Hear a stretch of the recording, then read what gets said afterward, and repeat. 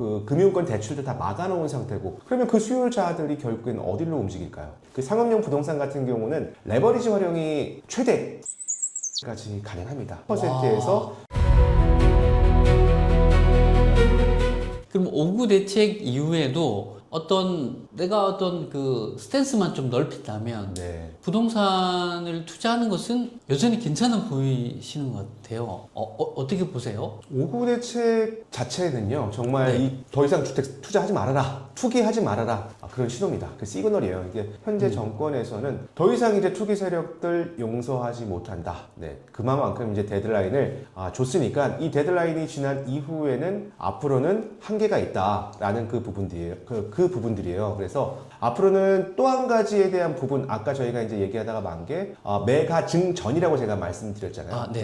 증으로 한번 넘어가게 되면은 이 부동산 규제를 너무도 프레스를 가하다 보니까 기존의 그 주택을 여러 채 보유한 분들, 뭐 주택을 두 채를 보유한 분들이 계시고 또 세 채를 보유한 분들이 계실 거 아니에요. 이거를 팔지도 못하고 또 내가 계속 갖고 있자고 하니 또 애매하고, 그래서 이런 것들을 자기의 자녀들한테 자산에 이전을 하는 증여도 많이 늘어납니다. 네네네. 이 증여세를 놓고 보냐, 이 증여세를 놓고 볼 때, 또 양도소득세를 놓고 볼 때, 둘 중에 어떤 게 더 용이할까요? 네. 지금 현재의 시점에서 다주택자들은 증여가 훨씬 더 유리하다. 이 증여 같은 경우는요, 성년자 같은 경우는 인적공제라고 해서 10년 동안 5천만 원까지 공제를 받을 수가 있고요. 또 미성년 자녀 같은 경우는 10년 동안 2천만 원까지 이제 인적공제를 받을 수 있어요. 증여세 과세표준 같은 경우는요, 1억 이하가 10%, 네, 1억 초가 5억 원 이하가 20%, 그리고 5억 초가 10억 원 이하가 30%, 그리고 10억 초가 30억 이하가 40%, 30억 초가 되는 부분들이 50%입니다. 아무리 이제 30억이 초과가 된다라고 해도 1세대 2주택, 3주택을 갖고 있던 분들이 이거를 처분하는 세율보다 작잖아요. 네. 그렇기 때문에 오히려 자녀들한테 자기의 자산을 증여를 하거나 혹은 개인 명의로 되어 있던 거를 공동명의 형태로 전환하는 케이스도 많아질 거예요. 그러니까 제가 지금 이해하기로는 네네. 그럼 내가 파는 것보다 팔아서 세금 내는 것보다 네. 그냥 우리 자녀한테 증여하거나 네. 아니면 뭐 내 아는 지인이랑 공동명의로 하거나 부부가 그쵸. 공동명의로 전환하는 게 더 낫다고 판단할 수 있겠다는 거죠. 그렇죠. 앞으로 이러지도 못하고 저러지도 못하는 상태에 의해서는, 그러면 이게 탈세는 할 수 없으니까 절세 전략을 펼쳐야 되잖아요. 그러면 자연스러운 좀 부의 대물림을 하기 위해서 이 증여에 대한 전략들도 앞으로는 많이 활용을 할 겁니다. 네. 네. 그러면 대표님 이제 마지막 남은 게 뭐죠? 전이었나요? 네, 매가증전. 네, 매가증전 중에 이제 전이 남았네요. 네네. 전이 뭘까요? 전은 말 그대로 이제 전세 품귀 현상이 발생이 될 거예요. 이 물건 자체가 이제 안 나오니까 이 소유자들은 당연히 이제 물건 갖고 있는 분들이 갑일 거 아니에요. 예, 희소 가치가 그만큼 높아지는 거니까. 근데 이거를 이용하려고 하는 임차인들, 그게 전세로 들어갈 임차인이든 아니면 월세로 들어갈 임차인이든 이 전월세 자체가 품귀 현상이 발생이 될 겁니다. 그만큼 입주자들의 입장에서는 매물 자체를 찾기가 굉장히 어려운 시국으로 변하게 될 겁니다. 그러면은 네.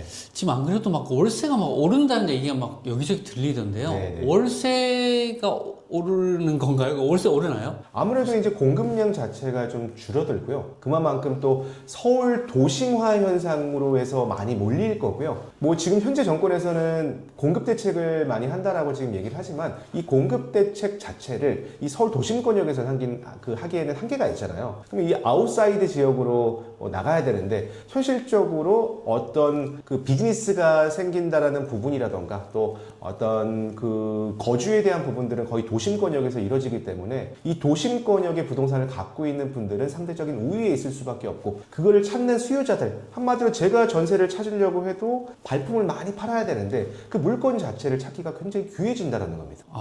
그러면 월세도 오르고 전세도 오르고 월세도 오르고 또 전세도 오르고, 네, 이러지도 못하고 저러지도 못하고 정말 진퇴양난의 시국으로 바뀌지 않을까 생각을 해요. 이거 난리 아닌가요? 그러면 네. 제가 짧은 부동산 상식으로는 네네. 월세와 전세가 오르면 네. 매매가를 밀어 올린다고 네네. 알고 있거든요. 결국에는 맞나요? 아무래도 이제 월세 수요자가 많고 또 그 전세를 찾는 사람들이 많아질수록 그만큼 이제 부동산을 찾고자 하는 수요량이 많은 거잖아요. 네. 수요량이 많은 것만큼 이제 공급량, 한마디로 이제 매도 물량이 많아져야 되는데 이 매도를 하지 못하게끔 정부에서 프레스를 가하다 보니까 네네네. 그거에 대한 이제 희소 가치가 높아질 수밖에 없잖아요. 네네네. 그럼 어떻게 될까요? 가격은 더 오를 수밖에 없죠. 그럼 부동산을 갖고 계신 분들은 야 이거 내가 팔지 못하니까 오히려 이거 월세를 더 올려야 되는 거 아니야? 아니면은 아이고. 전세 가격을 더 올려야 되는 거 아니야? 그럼 실제 실거주를 목적으로 찾는 뭐 신혼부부라던가 아니면 전월세를 찾는 그런 입주 수요자들한테는 치명적인 거죠. 아니 그러면은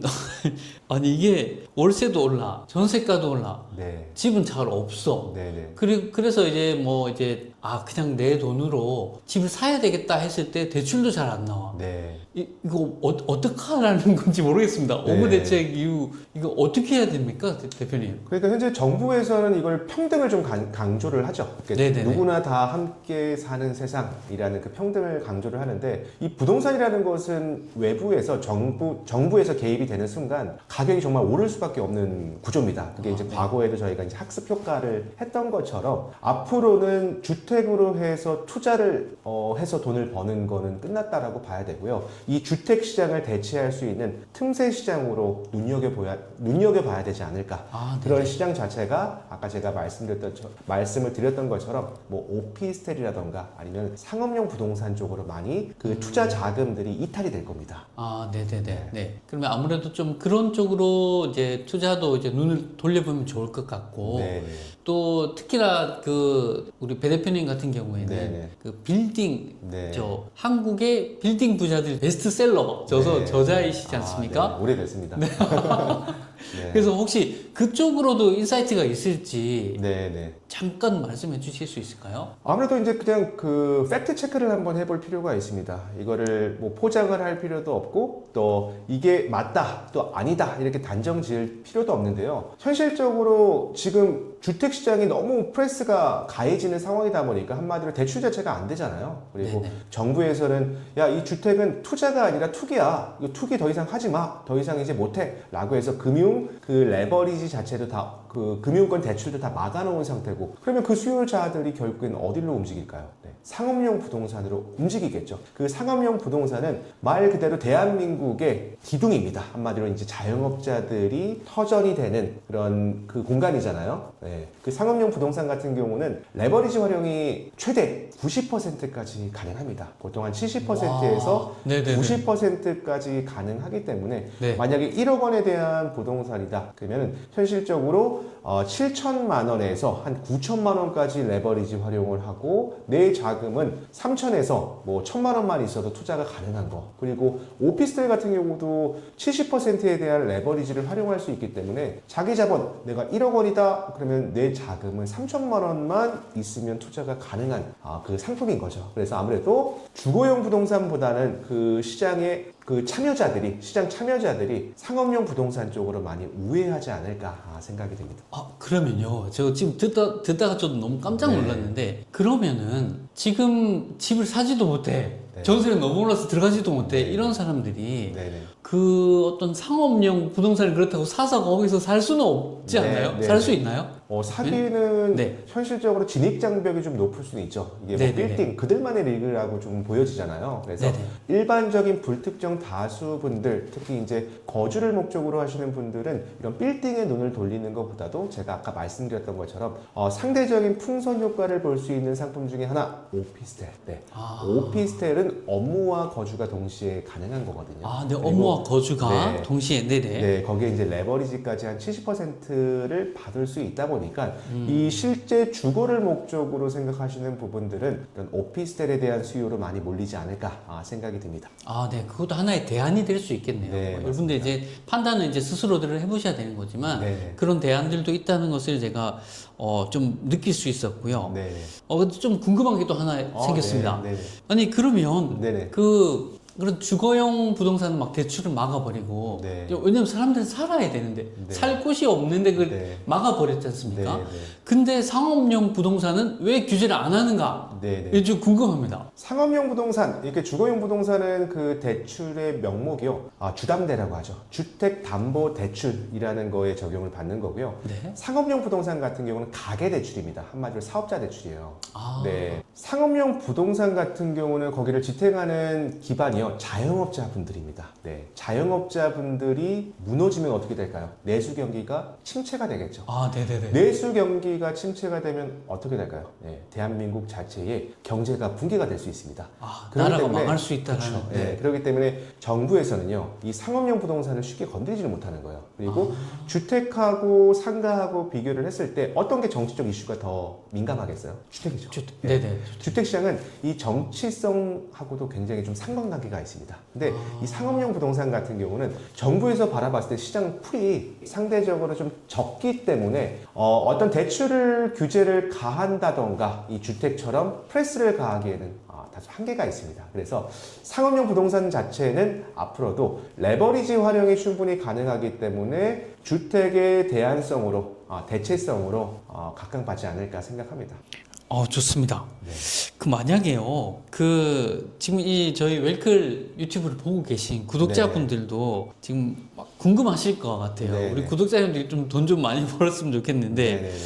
우리 조카가 지금 이제 집을 사야 된다라는 걸 보시고, 네네. 그런 상황이라고 생각하시고, 네네. 조언을 해주신다면 어떤 조언을 해줄 수 있을까요? 우선은 지금 실수요자, 내가 이제 거주의 목적으로 주택을 구입하려고 고민하시는 분들 많으시죠. 근데 정부 정책으로 인해서 굉장히 스트레스 많이 받으실 거예요. 한마디로 내가 이러지도 못하고 저러지도 못하는 상황. 근데 그 상태에서라도 어떤 전략적으로 움직이면 누구나 다 가능할 수 있거든요. 먼저 내 가용 자금이 얼마인지를 먼저 체크를 하셔야 될 것 같아요. 그래서 내가 지금 움직일 수 있는 가용 자금이 어느 정도가 되는지를 한번 체크를 해보시고요. 그리고 나서 이제 선택을 하는 거죠. 나는 법원 경매 매물을 볼 것인가 아니면 일반 매물로 볼 것인가. 상대적으로 법원 경매 물건 같은 경우는 부동산의 도매 시장이라고 이제 불러요. 흙 속에 가려진 진주들이 많이 있는 곳이고요. 일반 매물 같은 경우는 그 상대적으로 권리 분석이라는 허들이 좀 낮고 안전한 거래를 할 수 있기 때문에 조금 매력적인